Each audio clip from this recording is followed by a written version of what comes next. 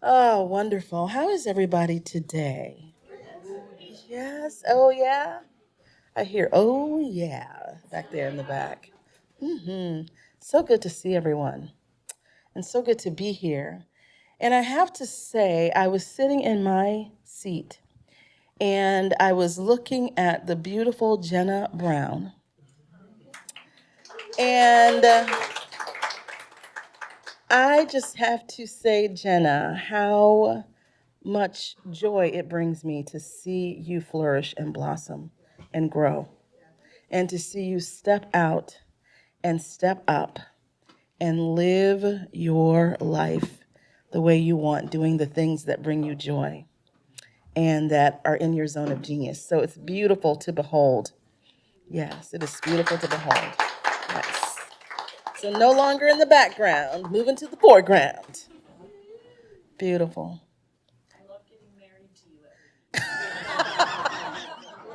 Is that what's happening every week? You feel like that's what's happening? We're just getting closer and closer. Yeah. You're even saying my words. I'm saying your words now, right? So beautiful. So beautiful, Jenna. Yeah. All right, y'all. So it is hot in here. Is anyone else warm? Okay. So Dr. Damon's going to take care of that for us. Thank you, Dr. Damon. And I think the music has us going, and there's sunlight coming streaming through the window, and it's a little warmer outside now. So this morning, today, I'm talking about the talk title is "Enjoy the Fruit." Enjoy the fruit. Yes. And so this whole month we've been talking about unstoppable financial flow and talking about how do we create that? How do we activate that in our experience? How do we create our own economy? Right? As we see things change around us, as we see threats around us, as we see lots of things that are, that may change in the coming days, how do we begin to create and tap in to unstoppable financial flow, right? As one of many things. And so today, in talking about enjoying the fruit, and I was thinking to myself, has this ever happened for you where sometimes it's just hard for you to enjoy the things you actually have called into your experience? Has it ever happened for you? Right? So many times we get something really great going on and something's happening or something, we're not worried about something anymore or some wonderful thing we've manifested that we've been working on. And we feel ourselves waiting for the other shoe to drop, right? Or feeling like, what's going to happen next, or just being very hesitant about enjoying that fruit, right? And sometimes what happens when that fruit finally arrives is we do things to sabotage it, right? So we all of a sudden, things are going too great, so I got to pick an argument with my significant other, right? Things are going too great, I got to spend up all my money so I don't have enough. Things are going too great, I got to numb out and not pay attention to what's happening, right? Things are going too great, I have to do something to upset the apple cart, right? And it's really interesting this way that is so difficult for us sometimes to just enjoy the fruits. We planted the seeds, we've done the prayers and affirmations, we come to church, we take classes, and we do all of this stuff to invite goodness into our lives and to embody more and more and more goodness and experience more and more of what we truly desire. And then we get it, and it's like, whoa, right? Yikes! Exactly. Rut-row, which is my favorite word. Rut-row. What's going on here? And so one of the things to really think about, and I want you to be aware of, is that part of it is our consciousness, yes, and part of it is biology. Because our brains are not actually designed to express joy or experience sustained joy, right? And so here's what's really interesting. According to brain science, the human mind is wired for survival, not happiness, right? And so evolutionary psychology says the human brain has a negativity bias. Here's what it means. The brain responds more actively to negative images than it does to positive or neutral images. That is how our brain is wired. In Buddha's Brain, a book called Buddha's Brain, neuropsychologist Rick Hansen describes the brain's focus on negative as Velcro, and our brain's focus on positive is Teflon. Now take that in, right? Our brain's focus on the negative is like Velcro, right? Sticks. Our brain's focus on positive is like Velcro. This is how we're wired.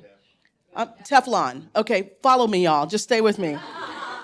This shows you're paying attention. You got me together because I'm like all caught up, right? I'm all caught up in this because it's so stunning to me. And actually, one of the things that was going through my mind is in marketing my corporate business, and even as looking at how do we market this center, but certainly in my corporate work, one of the things that marketing coaches and different entrepreneurs have always said is, if you want to grab people's attention in advertising, you have to have a negative hook. Like, what's their pain point? What's their problem? What's the negative thing? And me growing up in religious science and then being in this teaching, I'm like, no. Like, no, no, no. Why do we have to call out the negative thing? Why do we have to call, right? So just, I would resist. But what I see in my business is if I called out that client's pain point, right? Are you struggling with your job? Are you struggling to get promoted? Are you struggling to have your voice heard, right?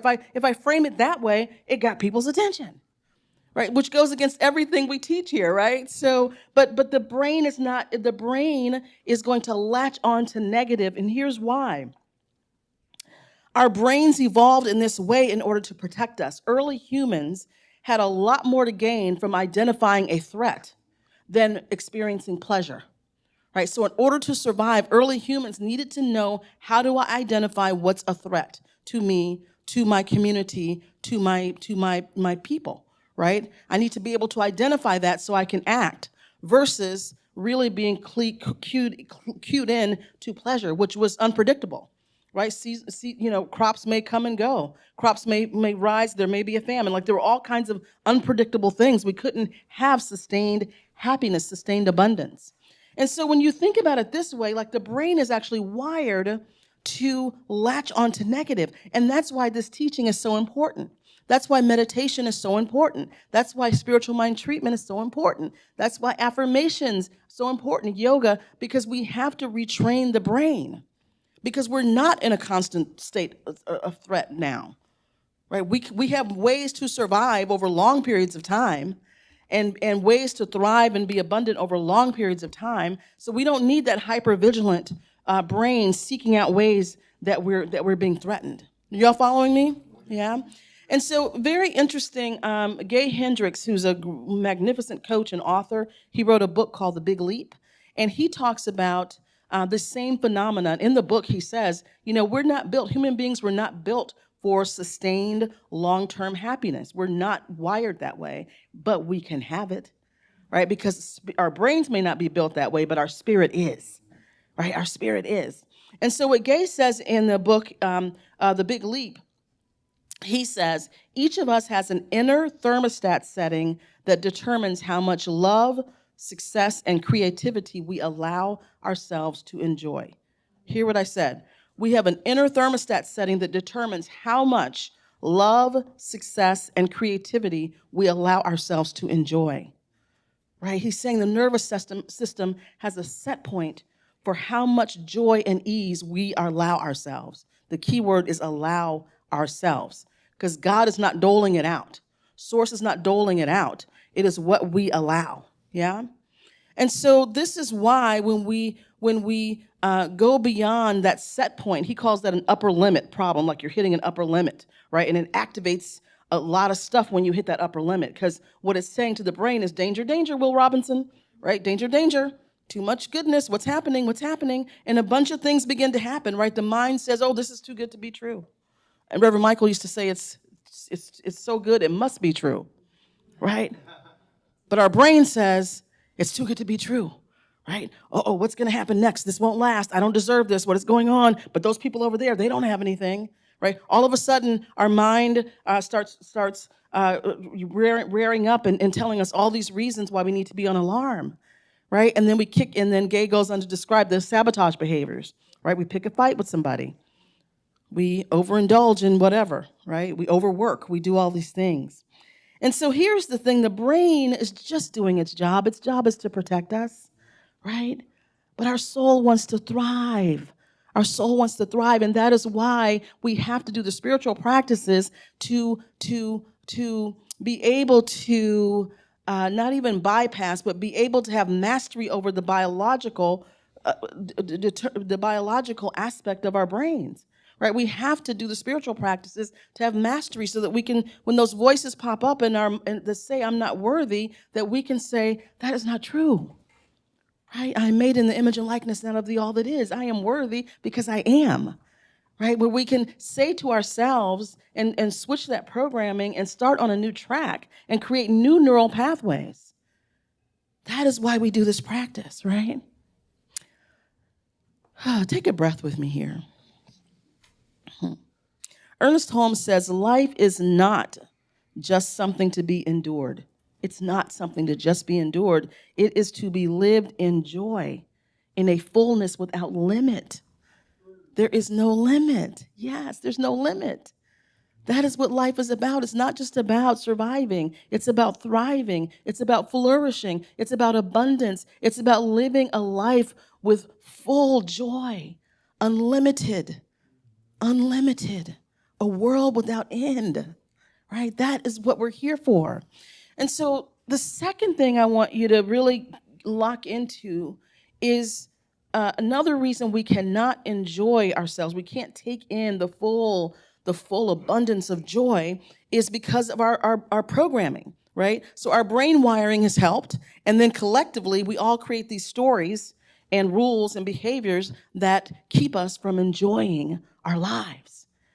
So we've been programmed by our families, by society, by culture, by religion, right? It programs us in ways to not experience sustained joy and happiness, right? We believe that joy has to be earned, right? You got to earn it. You got to work hard to get that thing. You got to da-da-da-da. If you behave this way, then you're good and you can get blah, blah, blah, right? Have you been good for Santa Claus? Whatever, right? Abundance is suspicious, right? People with lots of money, suspicious.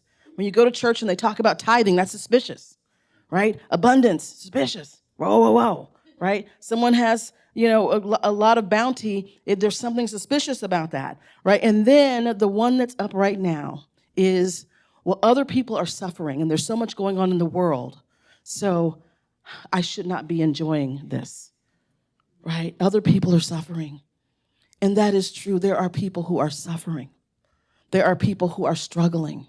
There are people who are doing the best that they can to get by day to day to day to day to day. That is true. And your being joyful does not mean that you don't see them, that you don't feel them, that you don't care about them. Bless you. Right? Your being joyful does not negate their experience. It does not negate their experience. I've said this before and I'll say it again. Enjoyment, abundance, whatever it is, it's not a pie, right? So it's not like if you feel more enjoyment about whatever you have going on, it's somehow taking enjoyment from somewhere else, right? This is not, eat all the food on your plate because there's starving children in Africa. That's not what this is, right? You can eat all the food on your plate and you can also care about what's happening somewhere else. And this, I think, is what the world is calling us to right now, is to stand in and hold more complexity, more polarity, more of the and versus the but. Here's what I mean, right? I can fully enjoy, or you can fully enjoy your life right now and be filled with joy and thrilled with the wonderful things that are going on. And you can be deeply compassionate and concerned about what is happening in our country, right? Or for people in other parts of the world. Both of those things can exist. You don't have to choose one, right? Are y'all following me on this? Yes. If you, I have lots of clients who make a lot of money, and people I know who feel guilty about it. I've had people come to me and say, I feel really guilty. I've done really well, and my life has worked really well, and I've done really well, and but I don't talk about it. And how do I deal with the guilt I feel about that, right? And the truth is, you can have lots of money and still be compassionate, still care about what's happening, right? But what happens is when you're in a place and space of guilt or shame around what you have, and shame and guilt about enjoying it, then you create a consciousness of guilt and shame, and guilt and shame seek punishment, right? So now you're part of the larger collective consciousness that is all about blaming and punishing and shaming and guilting others. You're part of that consciousness, right? Your individual consciousness is now feeding that collective of guilt and shame. And so my invitation to you is, Whatever it is you have going on that feels great, enjoy it. Enjoy it.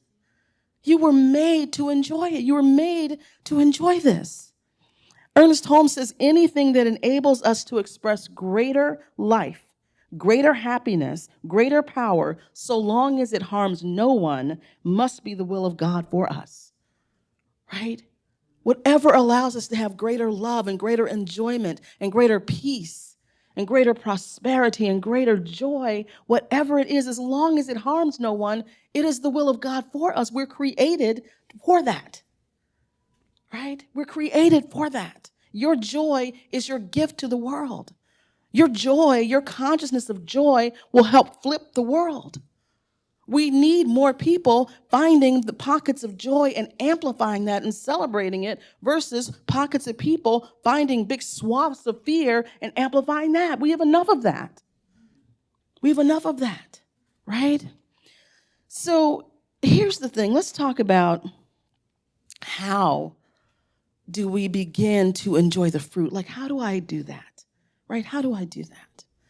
And so one thing is to just really get rid of the old story. Right? The old story. So I'm going to ask you to take a breath right now with me and just close your eyes for just a moment. And I want you to land on something in your life right now that you feel joyful about. But it's something that you're afraid to really give yourself over to the joy, right? You might feel a little embarrassed, a little shy, a little guilty. So when you have something in your mind, laugh. Start laughing. So everybody has something, yes. Right. So, and you can go ahead and open your eyes. So everybody has something because I heard everyone laughing, right? Thank you, Morgan Maher, for the laughter yoga. So I want you, with this kernel that you've identified for yourself, to think about why you're holding yourself back from really just falling full in love and enjoyment with whatever that thing is, right? What is holding you back from that?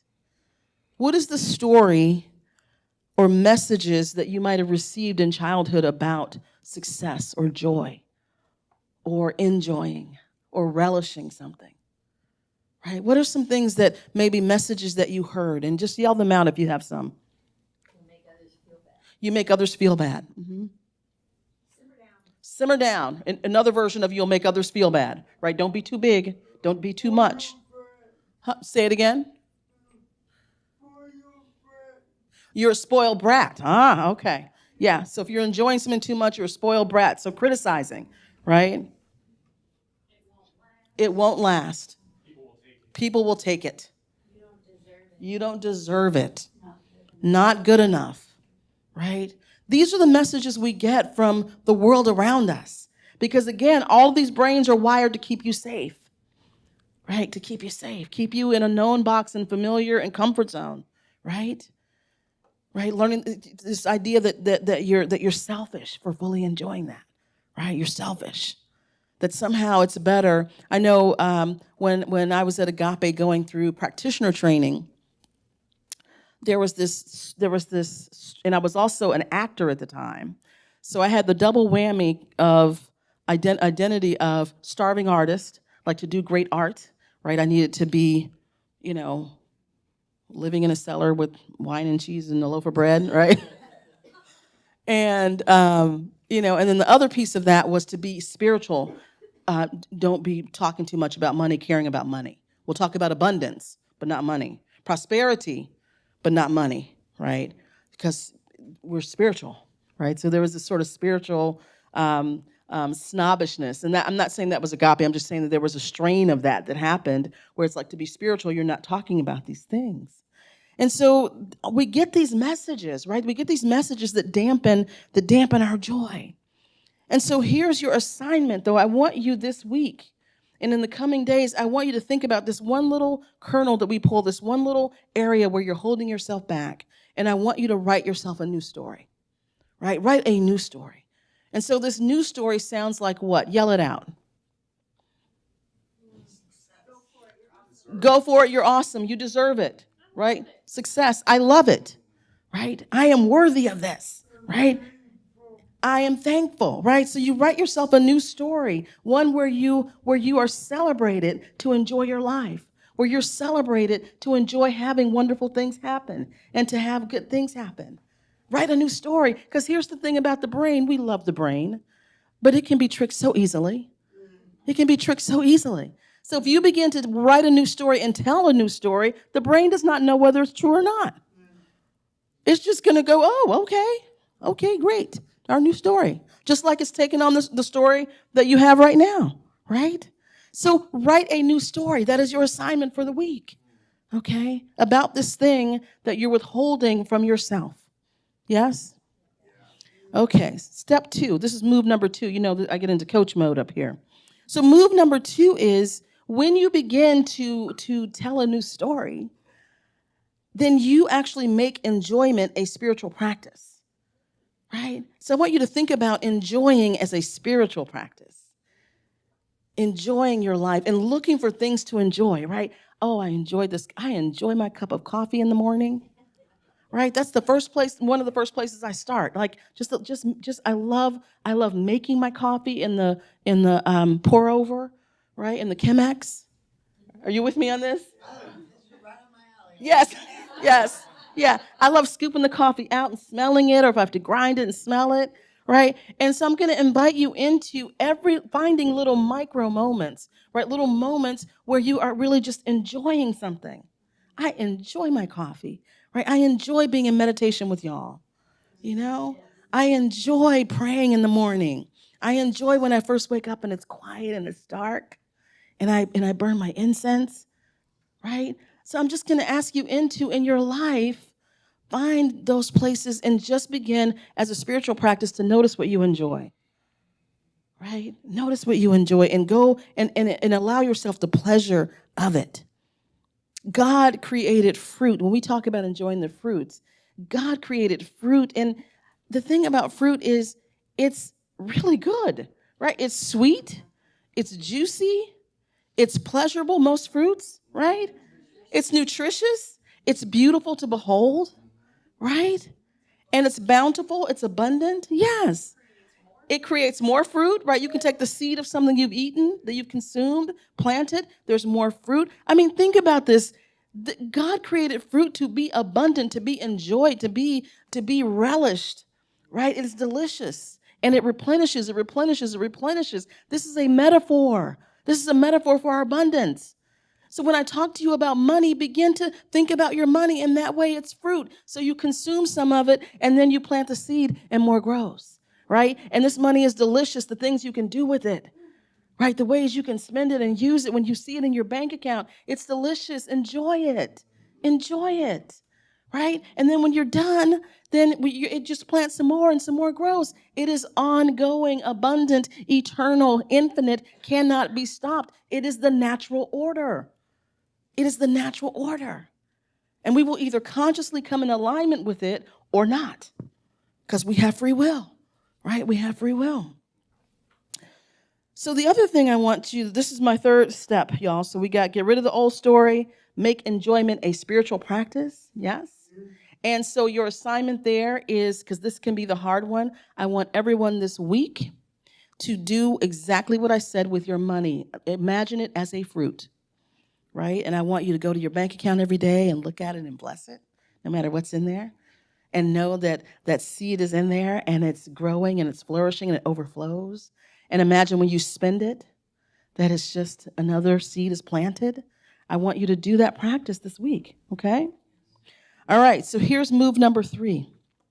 Move number 3 is all of this is going to rewire your brain to normalize joy. Just normalize it, right? Normalize it. What was really interesting to me in the last election process was how demonizing and disregarding folks were of a joyful candidate. It was sort of stunning to me, like in the media, of like someone who is joyful and overflowing with joy. And this is not about politics per se. It's just like, wow, since when did being joyful And Sparking Joy, one of my favorite books around organizing, when did Sparking Joy become a diabolical plot, right? A diabolical thing, right? See how suspicious our brains are wired to be, right? Where you see someone who is joyful, who's sparking joy in millions and thousands of people, and it's like, oh my God, that is the devil, right? Yeah. And this is not about policy. This is just about energetics, right? And what you observe. And so we want to rewire our brains to normalize joy, to believe and know that it is safe. It is safe to enjoy. It is safe to be in joy. You can be in joy and you can also see a potential threat. Like all those things can happen. And we get so binary, right? We get so binary and so polarized of like, well, I have to do this or I have to do that. I have to be this way or I have to be that. I have to do that, right? And it's like, no, no, no. You can be totally enjoying your life and totally aware of what's going on, right? You can be totally in joy and also be aware, whoa, there's some stuff coming down the pike. I need to be aware of it, right? All of those things can exist, yes? So, one of the things I remembered as I was preparing this talk is I was just thinking back in my life over things, especially because it came through as enjoy the fruit. I was thinking back of just like at times of things I really enjoyed and memories. And so I have this beautiful memory of my maternal grandfather. And in the summers, I would go to Alabama. My parents were divorced, and we lived in Cleveland. In summers, I would go to Alabama to visit my grandparents and my dad, and I would stay with my maternal grandparents. And my grandfather, my mom's dad, was a superintendent, like principal of the black schools in this county in Alabama. He was Ivy League educated, and he went back to the South to commit his life to education and to making sure that people got off of farms and very rural areas and were educated. So he and my grandmother spent 50 years doing that work. And so during the summers, he also had a farm. And so during the summers, he would bring just like all this fruit and all these different things that were in season. And I remember being on the back porch with him because my grandmother was like, "Get out of the kitchen with that," with like peaches, like the juiciest peaches that I have never tasted peaches anywhere like that since my childhood. And he would bring bushels of peaches, and I would always rush to get one before they were washed. And then the peach fuzz gets on you and it stings, and then my grandmother would fuss and get me all cleaned up. And then she's like, y'all go out back. And just eating peaches or fruit with him and just the juice and running down your arms, right? And you're swatting flies and just, but it was just such a sweet and beautiful thing, right? Just such a sweet and beautiful thing just to enjoy that fruit and to be in his presence.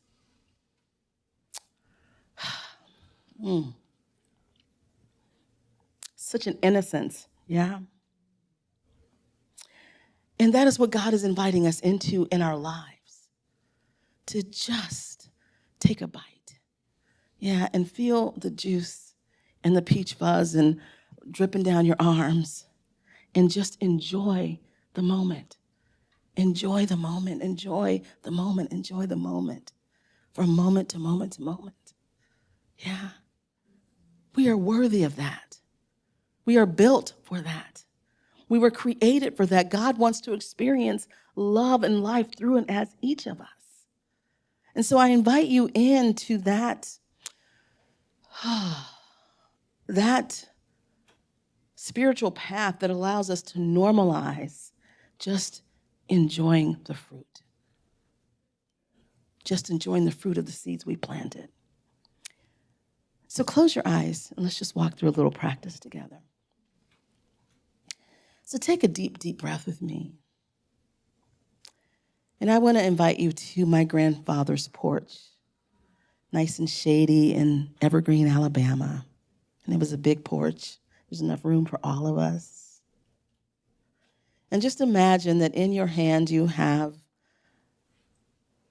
the juiciest, ripest, heaviest peach you've ever seen, and it is beautiful. It's golden and red and yellow, and you can smell it. And it's so delicious, so inviting.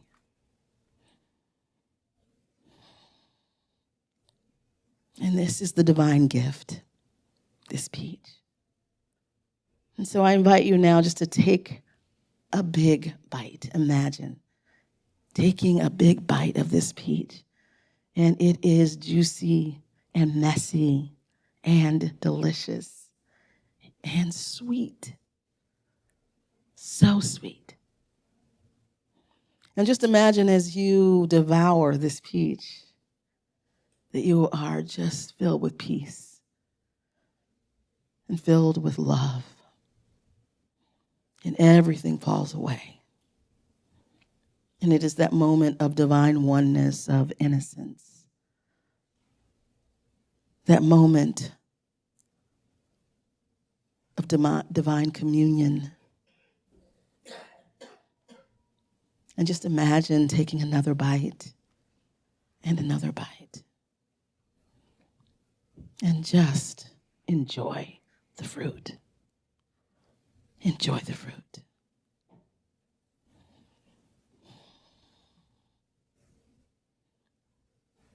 And so take a deep breath with me here.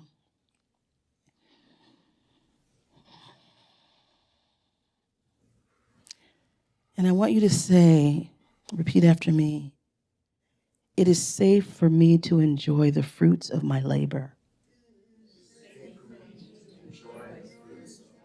I want you to say it again and mean it. It is safe for me to enjoy the fruits of my labor. I am safe to receive. Joy is my natural state.